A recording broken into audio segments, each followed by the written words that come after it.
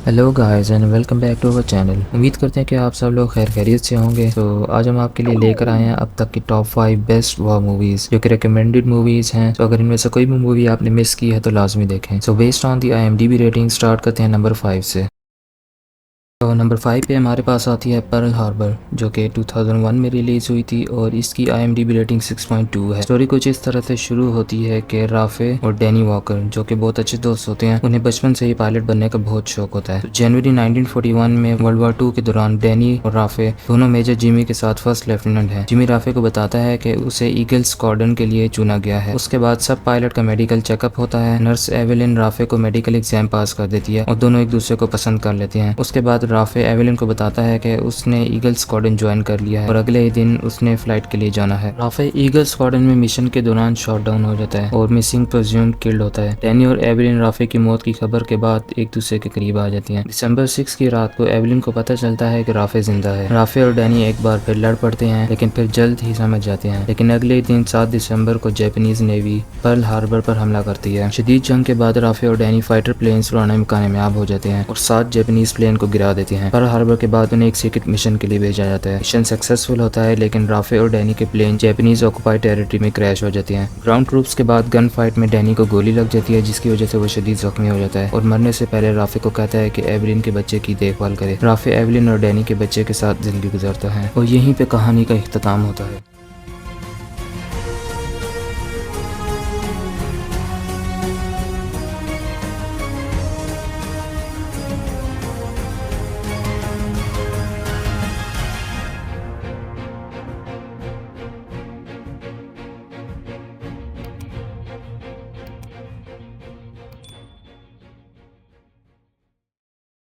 Number 4 पे हमारे पास आती है लोन सर्वाइवर जो कि 2013 में रिलीज हुई थी और इसकी IMDb रेटिंग 7.5 है। सो कहानी कुछ इस तरह से स्टार्ट होती है कि 2005 में अहमद शाह जो कोरंगल वैली तालिबान का हेड है, बहुत सारी US मेरीन्स और सिविलियन को मारने का जिम्मेदार होता है। नेवी सील टीम जिसमें माइकल मर्फी, मैथ्यूज, डैनी और मार्कस शामिल हैं, इन चारों दोस्तों को उसे पकड़ने का टास्क मिलता है। मिशन के आगाज में मेरीन्स हेलीकॉप्टर से लैंड करते हैं और अगली ही सुबह टीम शाह को आइडेंटिफाई कर लेती है, लेकिन कुछ लोकल विलेजर्स उन्हें देख लेते हैं और टीम उन्हें पकड़ लेती है। कुछ डिस्कशंस के बाद मर्फी विलेजर्स को आजाद करने का फैसला करता है। वो विलेजर्स जाके तालिबान को हाई अलर्ट कर देते हैं। उसके बाद तालिबान का हमला होता है और टीम भागने पर मजबूर हो जाती है, लेकिन तालिबान हर तरफ घेर लेते हैं। मैथ्यूज शुरू में ही मारा जाता है। मर्फी हेडक्वार्टर से हेल्प बुलाने के लिए उन्हें टॉप पर जाता है लेकिन वो भी मारा जाता है। कुछ देर बाद हेडक्वार्टर से इन्फोर्समेंट आती है लेकिन एक हेलीकॉप्टर लैंडिंग के बगैर ही शॉट डाउन हो जाता है और दूसरा हेलीकॉप्टर बिना किसी मदद के वापस लौट जाता है। डैनी और मार्कस अकेले रह जाते हैं। कुछ देर बाद डैनी की डेथ हो जाती है। मार्कस जो कि बहुत ज्यादा जख्मी होता है, एक लोकल विलेजर उसे बचा के अपने घर ले आता है। गुलाब जो लोकल विलेजर का नाम है उसे छुपाता है और हेल्प के लिए मैसेज भेजता है। तालिबान विलेज पर हमला कर देते हैं लेकिन US फोर्स आकर तालिबान को मार देती है और मार्कस को रेस्क्यू कर लिया जाता है।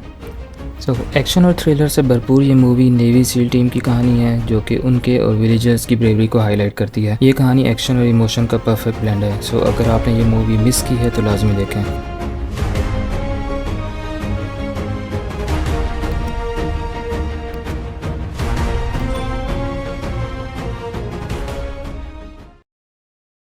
नंबर 3 पे हमारे पास आती है फ्यूरी जो कि 2014 में रिलीज हुई थी और इसकी IMDb रेटिंग 7.6 है।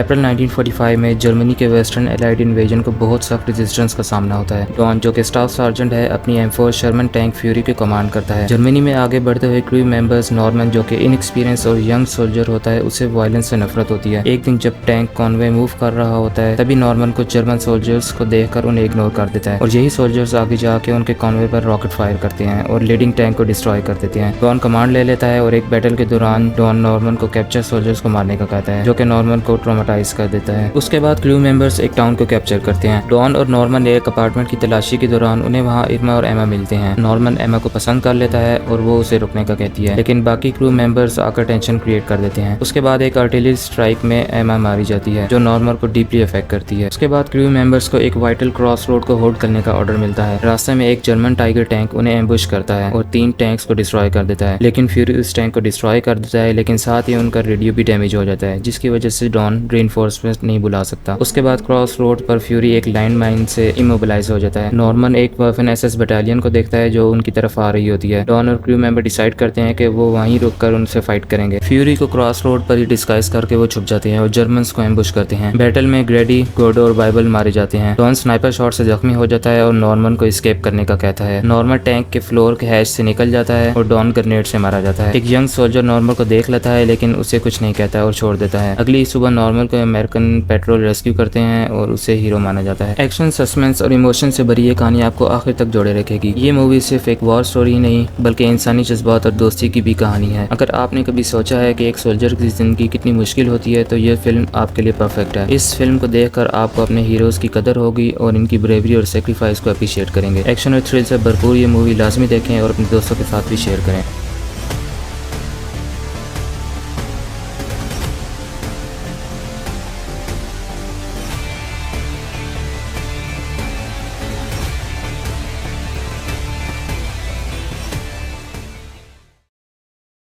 नंबर 4 पे हमारे पास आती है हैक्सॉ रिज, जो कि 2016 में रिलीज हुई थी और इसकी IMDb रेटिंग 8.1 है। कहानी का स्टार्ट इस तरह से होता है कि 1929 में वर्जीनिया में यंग डेस्मंड, जो कि अपने भाई को खेलकूद के दौरान ऑलमोस्ट मारने लगता है और इस वाक़े से बहुत ही अपसेट होता है और अपने आप से कन्फेस करता है कि वो कभी किसी की जान नहीं लेगा और किसी को नुकसान नहीं पहुंचाएगा। सालों बाद वो एक इंजर्ड आदमी को हॉस्पिटल लेके जाता है और वहीं उसकी मुलाकात डॉर्सी से होती है। दोनों एक दूसरे को पसंद कर लेते हैं और डेस्मंड उससे अपनी मेडिकल फील्ड में इंटरेस्ट के बारे में बताता है। जब जैपनीज पर्ल हार्बर पर अटैक करते हैं उसके बाद यूएस वर्ल्ड वॉर 2 में शामिल हो जाता है। डेस्मंड यूनाइटेड स्टेट आर्मी में कॉम्बैट मेडिक बनने के लिए शॉर्टलिस्ट होता है। डेस्मंड को 77 इन्फेंट्री डिवीजन की बेसिक ट्रेनिंग में रखा जाता है, जहां सार्जेंट हावल उसको ट्रेन करता है। वो फिजिकली बहुत अच्छा परफॉर्म करता है, लेकिन राइफल ना पकड़ने की वजह से और सैटरडे को ट्रेन ना करने की वजह से अपने फेलो सोल्जर से पीछे रह जाता है। डेस्मंड की यूनिट पैसिफिक थिएटर में डिप्लॉय होती है। बैटल के दौरान उन्हें हैक्सॉ रिज को सिक्योर करने का टास्क मिलता है। इनिशियल फाइट में डेस्मंड अपने स्क्वाड में सिमिटी की जान बचाता है, उसके बाद वो उसकी रिस्पेक्ट करने लग जाता है। अगले ही दिन जापानीज एक मैसिव काउंटर अटैक लॉन्च करते हैं और अमेरिकन को वापस भेज देते हैं। स्मिटी मारा जाता है और हावल और डेस्मंड के कुछ कॉमरेड्स बैटलफील्ड में इंजर्ड हो जाते हैं और वो उन्हें वहीं छोड़कर वापस नीचे आ जाते हैं। डेस्मंड जख्मी सोल्जर्स की चीखों पुकार सुनता है और उन्हें बचाने के लिए वापस जाता है। वो उन्हें रस्सी के जरिए पहाड़ से नीचे उतारता है और बार बार प्रे करता है कि वन मोर। सुबह होते ही वो हावल को रेस्क्यू करता है और दोनों हैक्सॉ रिज से एनिमी फायर्स के बीच एस्केप करते हैं। कैप्टन ग्लोवर डेस्मंड के बिलीव्स के लिए उससे माफी मांगता है और कहता है कि नेक्स्ट अटैक सैटरडे को ही करेंगे, लेकिन डेस्मंड के अप्रूवल के साथ। डेस्मंड एग्री कर जाता है, लेकिन ऑपरेशन उसकी प्रेयर के बाद स्टार्ट होता है। रीइंफोर्समेंट के साथ वो बैटल जीत जाते हैं। जापानीज सोल्जर्स के एम्बुश में डेस्मंड ग्लोवर और दूसरे सोल्जर्स को बचा लेता है, लेकिन एक ग्रेनेड से वो खुद जख्मी हो जाता है और बाद में जंग जीत जाते हैं। डेस्मंड को क्लिफ से नीचे उतारा जाता है और साथ ही उसके हाथ में वो बाइबल होती है जो डॉर्थी ने उसे दी थी।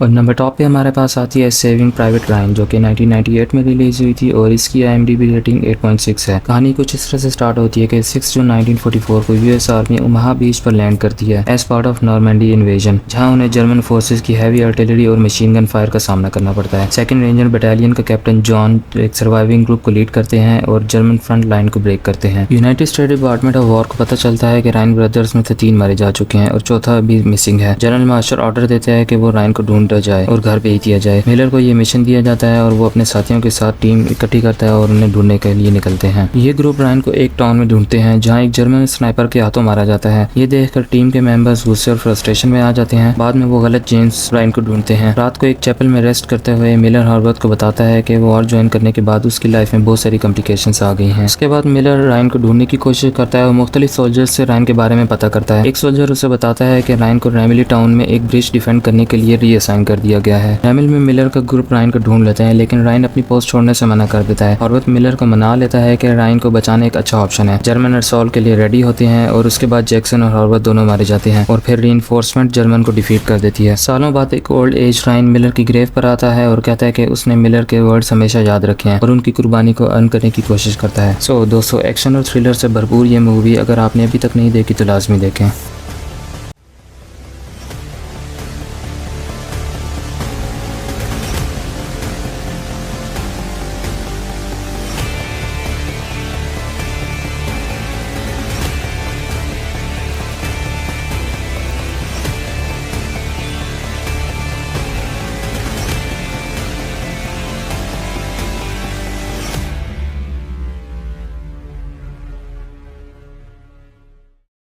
तो उम्मीद करते हैं दोस्तों कि आपको ये रिव्यू पसंद आया होगा। आप अपनी राय का इज़हार कमेंट सेक्शन में ज़रूर करें। आपसे रिक्वेस्ट है कि आप हमारे चैनल को सब्सक्राइब करें, वीडियो को लाइक करें और दोस्तों के साथ शेयर करें। तो मिलते हैं अगली वीडियो में, तब तक अपना ख्याल रखें।